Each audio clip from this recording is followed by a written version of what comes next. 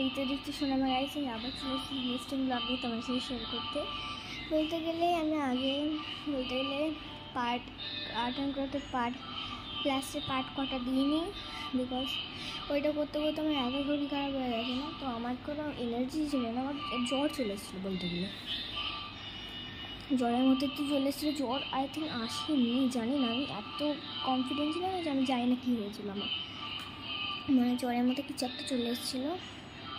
তাই আমি আমার কথার ভয়েস শুনে বুঝতে পারছি যে আমি এখনও শরীর খারাপ আছে, তো আমি অনেক কষ্ট, এখন নয়েজের অনেক প্রবলেম, তাও আমি পার্টটা দিতে পারি না। আমি চেষ্টা করব আবার পারলে, জানি না, আমি যদি নাও পারি তোমাদের কমেন্ট করে বা বলে দেবো একটা ভিডিও করে, যে আমি তুমি দেখাতে পারবো না যে আমার প্যাকেজিং খুব ভালো হয়ে গেছে।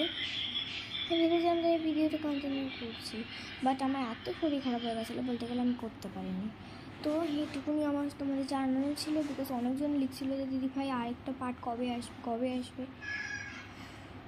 আমি শুধু এইটাই জানাতে চাইছিলাম। তো চলো, টাটা।